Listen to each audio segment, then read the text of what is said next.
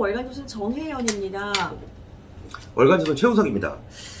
그 상속세 관련해서 저희가 계속 얘기를 하고 있는데, 만약에 상속세를 현행의 50%가 아니라 30%로 좀 내린다면, 그리고 또 혹시 제로로 아예 상속세를 폐지한다면 어떤 일이 생길까 궁금하지 않습니까?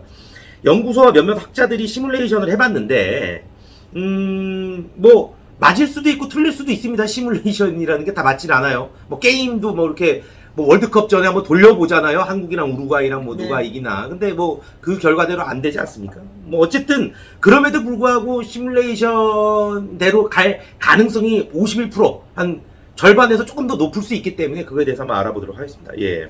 그 상속세를 감면해주거나 아니면 조금 개정하면 어떤 일이 생길까? 네. 이거에 관련해서 중소기업 중앙회와 네. 파이터치 연구원은 네. 가업 상속세 감면에 따른 경제적 파급 효과라는 보고서를 작년에 냈습니다. 네네. 여기에 따르면 상속세를 현재보다 50%, 네. 그러니까 지금 현행의 50%에서 25%로 감면할 경우에는 네. 총 일자리가 26만 7천 개, 네. 그리고 회사의 매출이 139조 원 늘어날 것으로 봤습니다. 만약에 제로로 한다, 상속세를 없앤다. 100% 없앤다. 네. 이럴 경우 일자리 53만 8천 개, 와.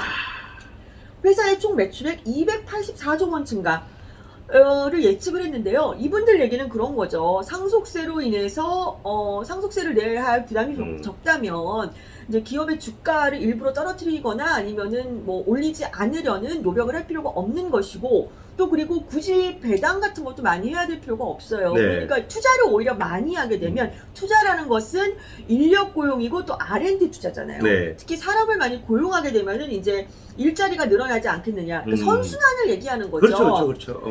만약에 지금 현재와 같이 상속세가 좀 과도해서 만약에 이거를 기업 오너가 사망하실 시점이 됐습니다. 우리나라 이제 보통 3대, 4대, 이제 곧 100년이 거의 다가오거든요.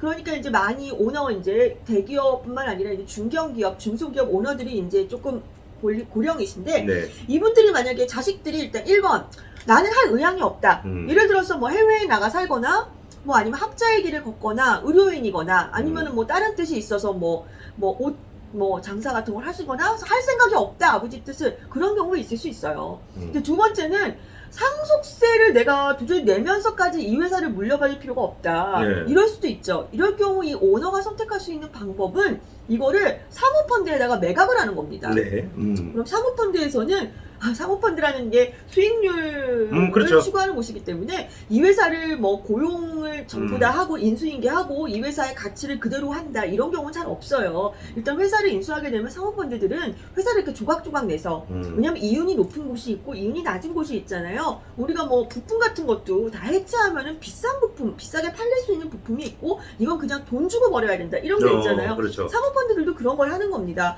그렇게 회사를 이제 매각을 해가지고 해서 자기들이 이제 이익을 실현을 하는 건데, 그렇게 되고 나면은 어떤 중견기업이 원래 갖고 있던 본연의 그런 기업의 특성, 고유성, 아니면 그 인력의 전문성, 이런 건 없어지는 거죠. 네. 좀 이런 것이 좀 문제가 되지 않겠느냐라는 주장인데요.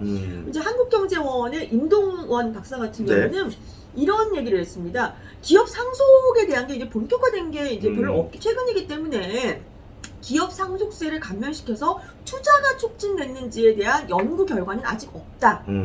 다만 스웨덴에서 2005년도에 상속세를 폐지했는데 회사의 매출이 늘어서 결과적으로 범인들이 돈을 많이 벌어서 국가의 세수가 늘어난 것은 경우가 있다. 그런 케이스는 있다라고 얘기를 했습니다. 딱 나라가 스웨덴인데 이제 좌파, 그러니까 문재인 정권에서는 뭐 이렇게 스페인 복지국가니까 막 그 스페인 같은 뭐 북유럽이죠. 좋아하는 북유럽. 북유럽에 그 따라가야 된다 막 그렇게 얘기를 많이 했단 말이에요. 네. 근데 스웨덴은 상속세 폐지한 거는 안 따라고 하네요.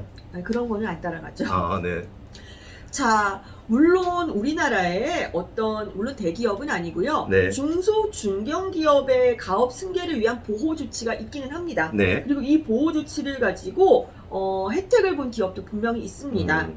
그 김승욱 중앙대 명예교수가 이제 두 회사를 비교를 했습니다. 네. 한 군데는 농우바이오라는 회사고요. 네. 하나는 3기 오토모티브라는 회사입니다. 네. 그 농우바이오라는 회사는 우리나라 1등의 종자 기술을 보유한 회사였는데 네. 2013년 8월에 소유주가 갑작스럽게 사망을 했고요. 네. 당시 매출이 676억 원, 종업원은 403명이었습니다. 네. 당연히 이때 당시에는 가업 상속 공제 제도라는 것이 없어서 네. 회사와 소유와 경영이 다 분리돼서 음. 그냥 왜냐면 그때 당시 기업 상속세가 1,000억 원이 넘었다 그래요. 네. 그 매출이 676억 원인 회사에서 만약에 물론 내가 100% 지분을 갖고 있고 뭐 이게 지분 이게 기업 상속세가 1,000억 원이 넘어요. 네. 그런데 결국 이 회사는 농우바이오라는 회사는 상속인이 과중한 상속세를 낼 능력이 없어서 농협의 회사를 매각했습니다. 네. 두 번째 말씀드린 3기 오토모티브라는 회사는요, 자동차 엔진용 부품 제조업을 주 업종으로 하는 데인데요. 여기 종업원이 440명이었고요. 네. 매출액이 한 2,300억 원 정도였습니다. 이 회차는 2014년도에 우연스럽게도 중견기업에 대한 가업승계 요건이 완화되면서 근데 그 시점에 어떻게 가업승계를 하게 된 거예요. 그러니까 상속세를 좀 덜 내고 승계를 한 거 그렇죠. 아니에요? 네. 이 회사는 다음 해에 매출이 전년보다 18.4%, 영업이익이 38.5%가 늘었습니다. 그러면 한 회사는 2014년, 한 회사는 2015년. 1년 만에 하나는 날아가고 네. 하나는 더- 어마어마한 성적을 네. 거둬서 네. 뭐 사람들도 많이 이제 그렇죠. 취업시키고 할 수 있었다. 그러면 앞에 제가 말씀드린 그 403명의 종업원, 음. 이분들은 그냥 하루아침에 일자리를 얻었고요. 뒤에 말씀드린 회사의 440명, 이런도 거의 비슷하죠. 이분들은 참 운명이 다행스럽게도 이게 조금 상속이 늦춰지는 바람에 직장을 지킬 수 있었던 겁니다. 아니 그런데 이제 이거예요. 이제 그 프레임을 그렇게 만들었잖아요. 이제 상속세는 이 부자들의 부의 대물림을 그렇죠. 막기 위한 세금이다라고 네. 프레임을 만들었잖아요. 그렇죠. 이름도 상속세잖아요. 그래서 그렇죠. 그러면 이거를 삭감해주면 너무 대기업한테 이득을 대놓고 주려는 거 아니냐라는 저와의 생각은 다르지만 그런 비판이 나올 수 있어요. 네, 충분히 있죠. 네네네. 근데 우리나라에서 지금 현재 하고 있다는 이 감면 제도가요. 네. 지금 앞서 말씀드린 두 회사는, 그러니까 한 회사는 운이 좋게 이거를 활용했지만 네. 대부분은 이용하지 못하고 있습니다. 음. 때문에 몇몇 우파학자들은 상속세를 이게 중견기업, 중소기업, 대기업 이렇게 나누지 말고 전체적으로 다 개정해야 한다고 말을 하고 있는 건데요. 지금 그 아까 말씀드린 임동원 한국경제연구원 연구위원 조사에 따르면 2016년에서 2020년 사이에 우리나라에서 가업 공제, 상속 공제 제도를 이용한 건수가 92건입니다. 5년 그러니까- 동안 불과 92건이면 그러니까 92건밖에 안 된다는 거죠. 네. 네. 반면 이 상속 공제 제도라는 것이 이제 독일에서 유래한 제도인데요. 독일은 똑같은 시기에 가업 이거를 얼마나 이용했냐면요. 9,995건 이용을 했습니다. 네. 그러니까 쉽게 말해서 독일에서는 이 제도가 잘 활용이 되고 있는 거고 우리나라에서는 이 감면 제도가 있다고 하지만 유명무실하다는 겁니다. 그러니까 이거를 뭐 중소기업 사실 나누기도 너무 애매해요. 구멍가게와 중소기업과 중견기업과 대기업과 그렇게 따지면 초대기업도 나눠야 돼요. 그렇죠. 이거를 이렇게 구분하지 말고 일괄적으로 상속세를 개정해야 한다라고 우파학자들이 주장하고 있는 겁니다. 자, 이제 저는 이제 마지막 이 세미나에 있었던 네. 심중섭 강원대 교수의 얘기가 굉장히 시사하는 점이 크다고 생각해서 네. 좀 한번 얘기를 드려보겠습니다.